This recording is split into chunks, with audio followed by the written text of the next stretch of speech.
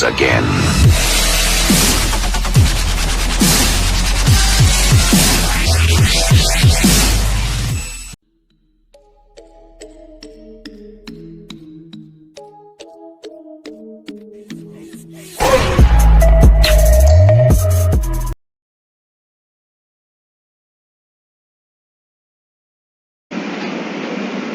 Hai semua, perkenalkan nama saya Harun Al-Rasyid Dalimunte dari kelompok 8 dan rekan-rekan saya Ulan Natasha Simanjuntak dan Christina Banu Area. Di sini saya perwakilan kelompok 8 yang akan mengenalkan tab menu yang ada di Microsoft Excel. Yang pertama ada menu file. Menu file adalah menu utama yang ada di Microsoft Excel, yang berfungsi untuk membuat, menyimpan, membuka, serta manajemen file dan aplikasi pada Microsoft Excel.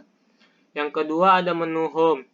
Menu Home pada Microsoft Excel memberikan perintah-perintah pada Microsoft Excel yang paling sering digunakan.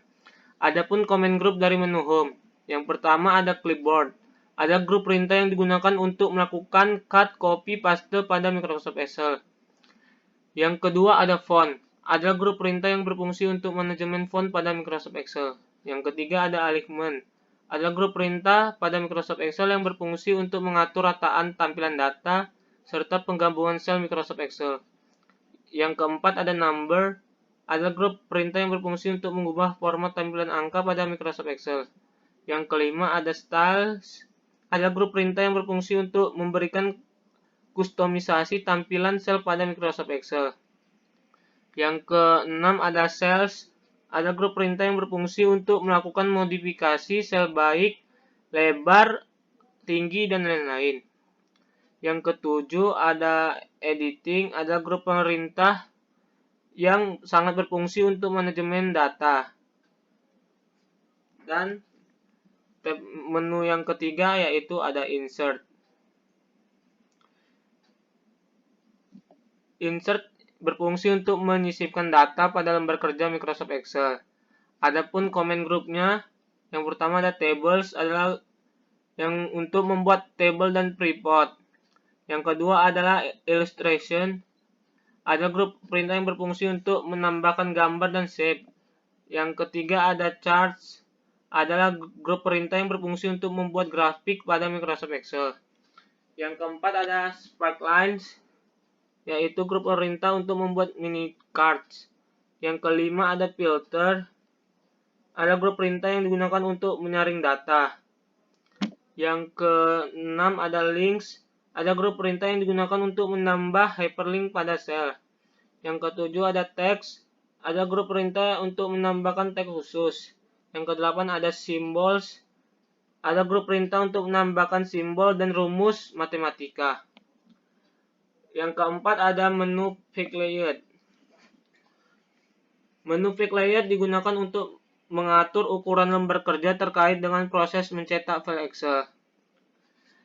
Adapun command groupnya, yang pertama ada Themes. Ada grup perintah yang dapat memberikan efek visual pada lembar kerja Microsoft Excel. Yang kedua ada Quick Setup. Ada grup perintah yang digunakan untuk melakukan pengaturan kertas pada lembar kerja di Microsoft Excel. Yang ketiga ada Scale to Fit. Ada grup perintah untuk mengatur skala baris dan kolom terhadap ukuran kertas pada lembar kerja Microsoft Excel. Yang keempat ada Sheet Option. Ada grup perintah untuk menampilkan garis pembatas sel dan headings baik saat melakukan editing melalui lembar kerja Excel maupun printing. Yang kelima ada Arrange, yang berfungsi untuk mengatur objek, umumnya berupa shape pada lembar kerja di Microsoft Excel. Tab menu yang kelima yaitu ada menu formula. Menu formula berisi grup perintah terkait formula Excel.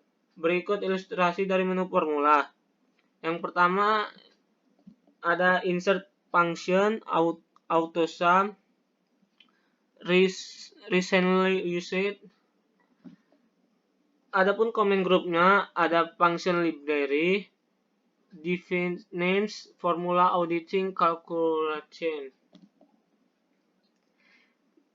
Tab menu yang ke-6 ada data. Data terkait dengan manajemen data secara keseluruhan pada Microsoft Excel. Adapun command groupnya ada get external data, connection, sort and filter data tools, outline. Yang ke-7 ada menu review. Menu review terkait dengan penulisan, perubahan, serta komentar pada Microsoft Excel. Adapun command groupnya ada proofing, adalah grup perintah yang berfungsi untuk menganalisis kesalahan penulisan pada Microsoft Excel. Yang kedua ada language, adalah grup perintah yang berfungsi untuk menerjemahkan data yang Anda buat ke bahasa lainnya.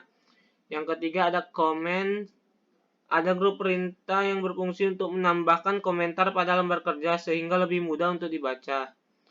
Yang keempat ada change, ada grup perintah yang berfungsi untuk memberikan keamanan data sehingga perubahan data lebih aman. Salah satunya Anda dapat memberikan password pada file Microsoft Excel yang Anda buat.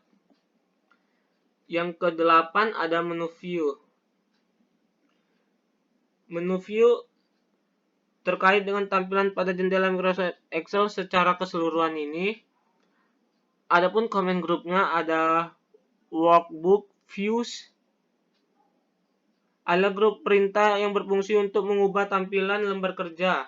Tombol perintah ini juga tersedia di pojok kanan bawah jendela workbook Microsoft Excel. Yang kedua ada show, adalah grup perintah yang berfungsi untuk menampilkan atau tidak rules formula bar. Yang ketiga ada zoom, adalah perintah untuk memperkecil atau memperbesar tampilan lembar kerja Excel. Yang keempat ada window, ada grup perintah terkait manajemen jendela Microsoft Excel. Anda dapat menambah jendela workbook baru dengan menggunakan fitur ini. Dan yang terakhir ada macros, ada perintah tingkat lanjut untuk manajemen perintah-perintah pada Microsoft Excel. Sekian, terima kasih.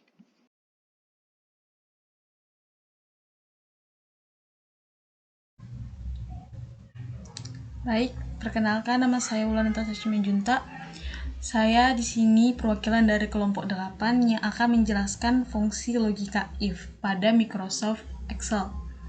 Di sini fungsi logika yaitu suatu fungsi yang digunakan untuk mencari suatu nilai dalam kondisi yang ada hanyalah kebenaran atau kita sebut true dan false atau salah.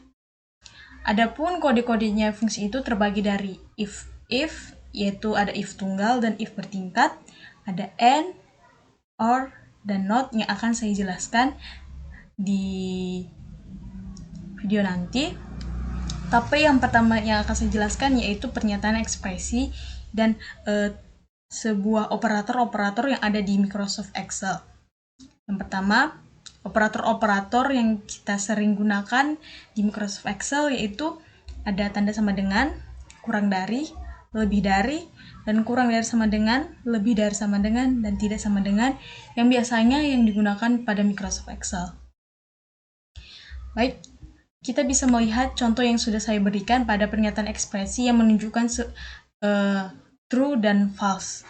Pertama yaitu ada kolom nilai yang berbeda-beda yang akan kita bandingkan dan kita cari kebenarannya pada Microsoft Excel. Pertama 55, cara membandingannya dan mencari kebenarannya yaitu tinggal kita klik sama dengan, klik kolom pertama, tanda lebih dari, klik kolom kedua, lalu enter. False berarti 55 tidak lebih dari 75. Itu adalah pernyataan yang false. Begitu pula pada 100 kita bandingkan dan klik kolom kedua, true berarti 100 memang benar lebih dari 35. Memang hal yang sangat mudah, tapi ini membantu kita menghemat waktu dalam kehidupan sehari-hari kita dalam membandingkan sesuatu. Kita bisa menggunakan rumus ini untuk menghemat dan mempercepat pekerjaan kita. Sekian yang bisa saya jelaskan tentang pernyataan ekspresi. Baik, di sini saya akan menjelaskan lanjutan dari fungsi logika AND, OR, dan NOT. Fungsi AND yaitu membandingkan dua atau lebih pernyataan. Jika nilai true digunakan, maka kondisi semua akan bernilai true. Tapi AND ini ibaratnya jika kita memiliki satu nilai yang bernilai false atau gagal, maka hasil yang dihasilkan itu tetap false walaupun ada nilai true ini di depan. Seperti kita membandingkan dua nilai siswa. Seperti pada gambar, kita memberikan nilai siswa. Terus ada satu kolom yang bernilai false atau gagal. Maka hasil akhir yang dapat kita itu tetap false. Jadi jika semua yang bernilai true, maka akan tetap true. Jika satu saja yang salah atau false, maka itu tetap menjadi nilai false. Seperti pada contoh kita lihat ada tinggi atau berat badan yang kita lihat di sini. Jika salah satu kondisi tidak memenuhi dengan apa yang sudah ditentukan, maka tetap bernilai false, walaupun kondisi sebelumnya ada yang bernilai true. Lanjut ke operasi logika fungsi OR. Fungsi OR adalah kebalikan dari fungsi AND. Jadi jika OR adalah membandingkan dua jenis pernyataan, tetapi jika ada satu pernyataan yang bernilai false, maka hasilnya tetap true. Ibaratnya seperti toleransi. Jadi kalau kita punya nilai satu nilai siswa yang masih kayak di bawah KKM, tapi kita punya satu siswa yang remedial, maka dia tetap lulus. Seperti itu. Itu jika kita menggunakan operasi logika fungsi OR. Itu bukan kebalikan dari fungsi logika AND. Seperti kita pada gambar, sini ada kayak data satu nilai siswa yang ke lulus, satunya di kolom keduanya tidak lulus, tapi pernyataan akhir akan menunjukkan dia lulus karena menggunakan fungsi logika OR. Yang terakhir adalah fungsi logika NOT. NOT itu memberikan nilai true jika pernyataan yang ditulis bernilai false ataupun sebaliknya. Jadi ibaratnya begini, jika kita memberikan nilai true, maka yang ditulis false ataupun sebaliknya. Maka ini merupakan kebalikan dari fungsi-fungsi. Jadi fungsi ini karena jika pernyataan yang benar, maka bisa salah, kayak 1 tambah 1 seharusnya 2, maka false jika kita menggunakan operasi fungsi NOT. Berikut yang penjelasan saya menggunakan operasi logika NOT, OR, dan AND. Terima kasih.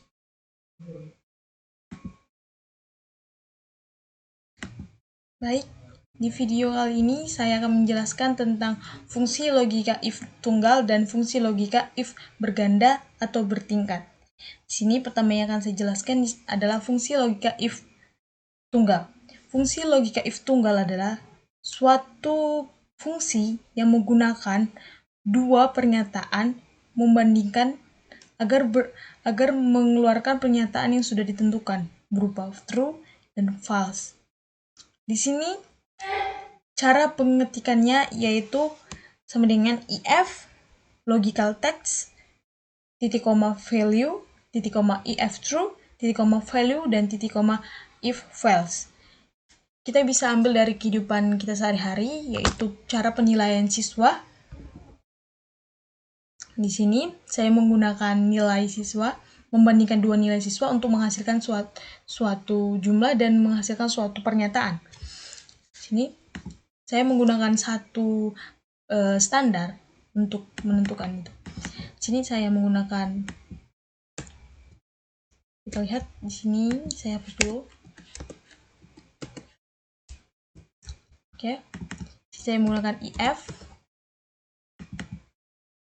lalu logical testnya, lalu lebih besar dari 140, titik koma, tanda petik berhasil, tanda petik, titik koma, selain itu gagal.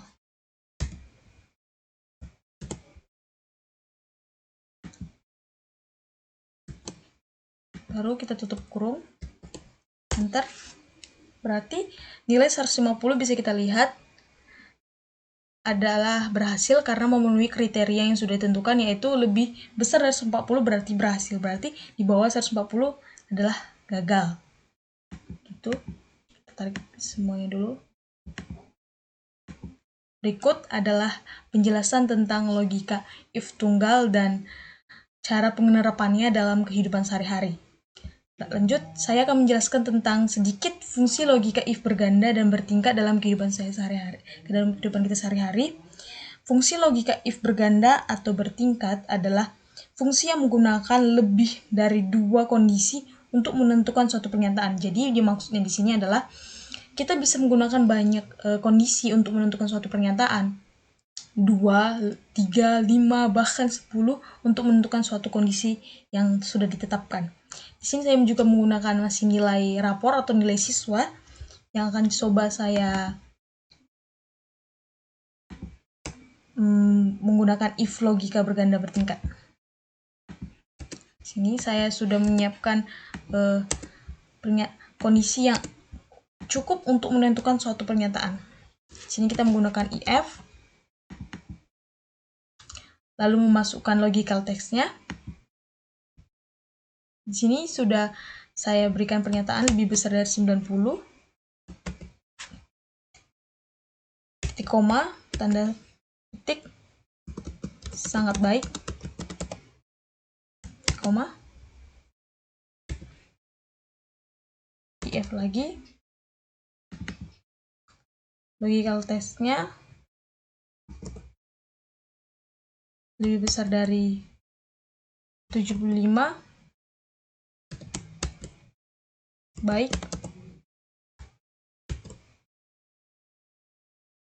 Koma lagi, if lagi. Logical text-nya lebih besar dari 55 sama dengan cukup.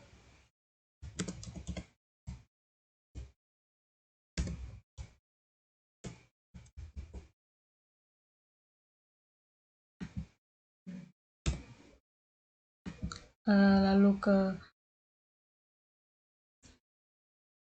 koma, selain itu adalah kurang. Kurung, enter. Berikut yang sudah keluar dari pernyataan yang sudah saya buat itu ini baik, karena 80 sudah memenuhi kriteria, berarti lebih besar dari 75 sampai batasnya 90 adalah baik. Fungsi logika if berganda atau bertingkat bisa digunakan untuk berbagai macam penilaian, tapi yang saya ambil di sini adalah penilaian siswa yang sesuai dengan kebutuhan kita. Berikut penjelasan saya tentang fungsi logika if berganda, tingkat, dan tunggal. Terima kasih.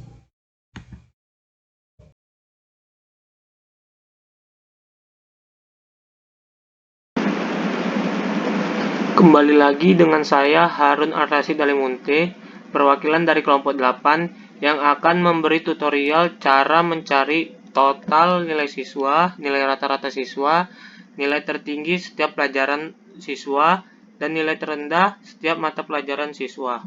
Baik, yang pertama saya akan memberi tutorial cara mentotalkan nilai-nilai siswa. Baik, yang pertama kita ke formula, terus AutoSum.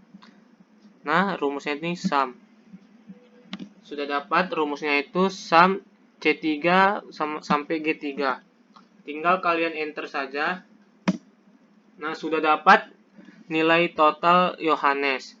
Untuk mencari nilai total semua siswa, kalian tidak perlu capek-capek memberi rumus semuanya. Tinggal kalian blok saja.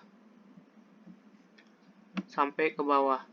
Nah, sudah dapat nilai total keseluruhan siswa. Selanjutnya, saya akan memberi rumus nilai rata-rata siswa. Sama seperti tadi ke formula, terus AutoSum, terus average. Nah, di sini yang sampai H3, jadi kita mau sampai G3 saja. Jadi, tinggal kita blok saja. Nah, ini sudah di blok dari C3 sampai G3, tinggal kalian enter. Sudah dapat nilai rata-rata Yohanes. Untuk mencari nilai rata-rata semua siswa, kita tinggal blok sama seperti untuk mencari nilai total tadi. Tinggal kalian blok ke bawah saja. Nah, sudah dapat nilai rata-rata semua siswa. Baik, selanjutnya kita akan mencari nilai tertinggi mata pelajaran matematika,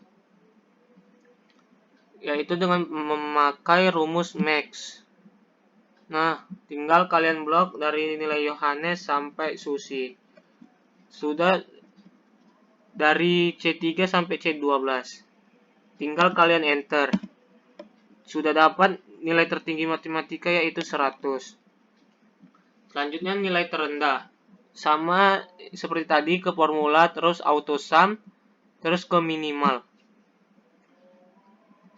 Tinggal kalian blok saja dari C3 sampai C12. Nah, nanti akan dapat hasilnya. Berarti nilai terendah matematikanya 75. Begitu seterusnya ke biologi. Kita pakai rumus Max. Tinggal kalian blok saja. Lalu enter. Untuk nilai terendahnya juga sama. Tinggal kalian blok saja dari nilai Yohanes sampai nilai Susi, yaitu D3 sampai D12. Tinggal kalian enter. Sekian tutorial dari saya. Wassalamualaikum warahmatullahi wabarakatuh.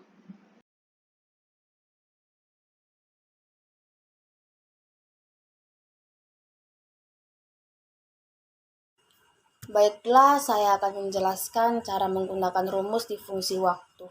Yang pertama, now.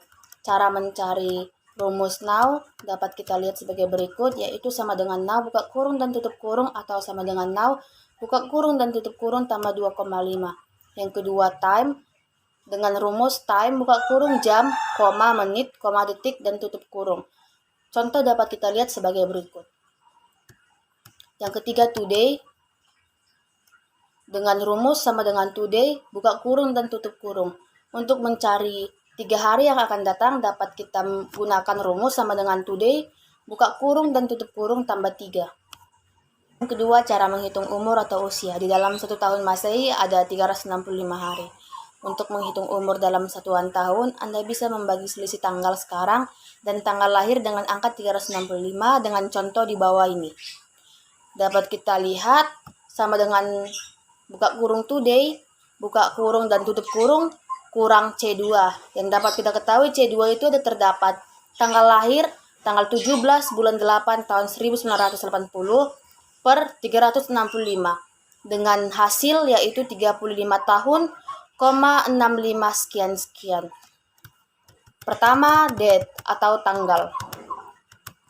Dapat kita lihat dengan rumus date yaitu sama dengan date buka kurung tahun, koma bulan, koma tanggal, dengan formasi rumus seperti berikut. Dan hasilnya akan tertera seperti ini. 3 cara menghitung masa kerja dengan fungsi date/diff. Dapat kita lihat dengan contoh di bawah ini. Di bagian sel nomor 4 ini merupakan jawaban dari rumus yang saya unjuk ini. Untuk mencari jawaban seperti ini, dapat kita gunakan rumus date/diff buka kurung C2. C2 itu adalah mulai kerja, yaitu tanggal 20 bulan 1 tahun 2000, koma, D2 yaitu tanggal perhitungan tanggal 11 bulan 6 tahun 2006, koma, tanda kutip, YM dan tanda kutip lagi, tutup kurung. Akan dapat jawaban sebagai berikut. Baiklah, yang pertama cara menghitung rumus day atau tanggal 1 sampai tanggal 31. Dapat kita lihat dengan format rumus di bawah berikut seperti ini, dengan hasil seperti ini. Yang kedua, month atau bulan 1 sampai bulan 12. Dengan rumus seperti berikut. Dapat kita gunakan sama dengan month, buka kurung date, buka kurung C2. C2 itu yaitu tahun 1945, koma B2 yaitu bulan 8, koma A2 yaitu tanggal 17, tutup kurung 2 kali karena kita sudah menggunakan buka kurung 2 kali. Ketiga ada year atau tahun. Dapat kita gunakan rumus sebagai berikut, yaitu sama dengan year buka kurung date buka kurung C2, yaitu tahun 1945, B2 yaitu bulan 8, A2 yaitu tanggal 17, buka dan tutup kurung 2 kali, karena kita telah menggunakan buka kurung 2 kali. Dengan hasil yaitu seperti berikut. Yang keempat, cara menghitung tanggal jatuh tempo. Dapat kita lihat contoh sebagai berikut, yaitu untuk menghitung tanggal jatuh tempo dengan tempo 2 tahun, maka pada sel G5 diisi format sebagai berikut. Date dengan rumus sama dengan date, buka kurung year, buka kurung C5 itu yaitu tanggal faktur, tutup kurung, ditambah E5 itu ada tempo dengan 2 tahun, mon, buka kurung C5 dengan tanggal faktur kembali, tutup kurung, day, buka kurung C5 dengan tanggal faktur kembali, tutup kurung 2 kali. Untuk menghitung tanggal jatuh tempo dengan tempo 3 bulan, maka sel G8 diisi format sebagai berikut. Date, buka kurung year, buka kurung C8 yaitu tanggal faktur yaitu tanggal 27 bulan 2 tahun 2018, mon, buka kurung C8 seperti tadi, tutup kurung, tambah E8 yaitu dengan tempo 3 tahun, day, buka kurung C8 dengan tanggal faktur itu, tutup kurung 2 kali. Begitu dengan seterusnya. Maka hasil yang akan kita lihat yaitu di sel G jatuh tempo. Inilah jawaban yang akan kita dapat dengan rumus yang tadi. Yang pertama dapat kita cari EDAT dan EOMON. Cara mencari EDAT adalah bentuk tabel dan letak value yang akan kita cari. Contoh soal yaitu sama dengan H-lookup, buka kurung A8 yaitu semangka, A2 yaitu nama toko atau tabel referensi, E6 atau nilai jumlah yang paling tertinggi paling akhir, 3 yaitu nomor baris, false, tutup kurung. Dan jumlah akan dapat kita lihat seperti berikut. Sekian dan terima kasih.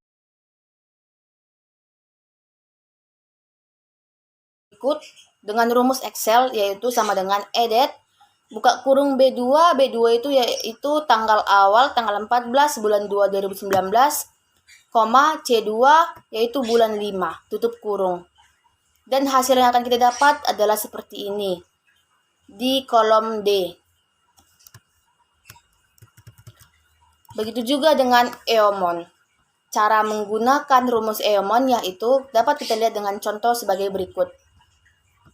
Rumusnya yaitu sama dengan EOMON, buka kurung B2 itu adalah tanggal awal, tanggal 14 bulan 5 tahun 2019, C2 yaitu bulan 5, tutup kurung, dan hasil yang akan kita dapat adalah di kolom D, seperti ini. Baiklah, kita berpindah ke fungsi pencarian dan referensi. Yang pertama ada fungsi VLOOKUP. Fungsi VLOOKUP adalah salah satu fungsi Excel yang digunakan untuk mencari data pada kolom pertama sebuah tabel data. Kemudian mengambil nilai dari sel manapun di baris yang sama pada tabel data tersebut. Dengan rumus VLOOKUP, buka kurung nilai yang dicari, tabel referensi, nomor kolom, range lookup.